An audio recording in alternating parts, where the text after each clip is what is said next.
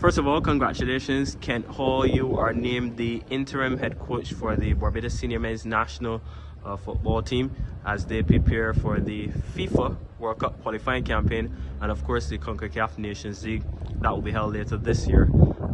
Yeah, talk to us, Kent. First of all, your initial reaction to the news and the new agreement.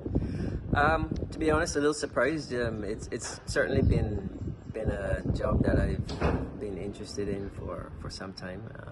I've always had a dream about having this position, but a little surprised at the timing of it.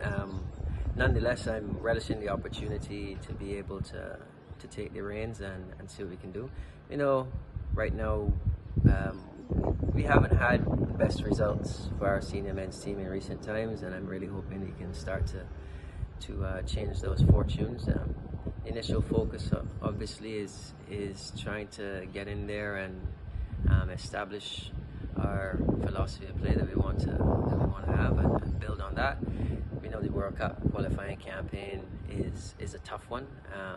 That's definitely a long shot to think about Barbados qualifying for a World Cup anytime soon.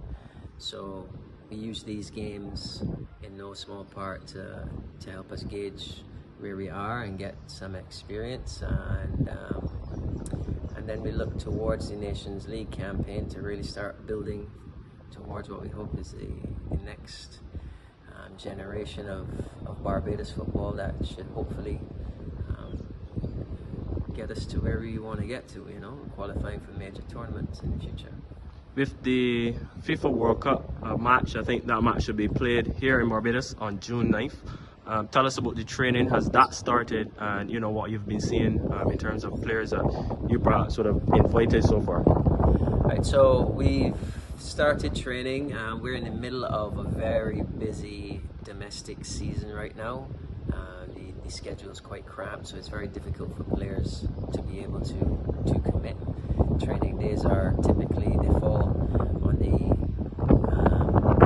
days immediately after most of the teams have played, or the day before they're about to play. So it's a difficult situation right now to navigate with regards to training. But on the flip side of that is there's plenty of opportunity to see all of the players in action and see how they're doing in our domestic competition and get a good gauge of who's performing well at that level, and obviously that gives an idea of what we can look at, not just now but going forward. Obviously the focus is right now, and that presents its own challenges, but you know, I think we've got a lot of intelligent footballers who are well versed in the game and understand things, and so the hope is that we can get all the details out to them quickly, and they'll catch on quickly, and we can hopefully turn it into a decent performance in the next couple of weeks.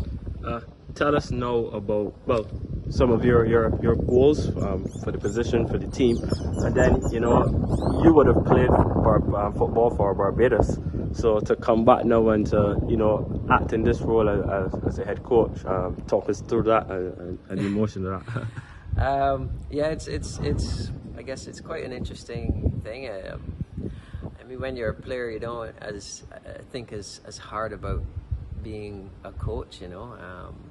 And certainly when I was playing for the national team, I was never thinking about coaching the national team, although I did start coaching when I was about 16 years old, so I've been at it for quite a long time. But yeah, I'm just looking forward to it.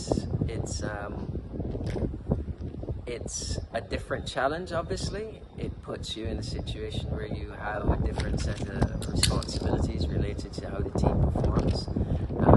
And I really hope that I can help all the players come together as a team and give a collective output that is greater than the sum of each of the parts. And that's really the main thing right now.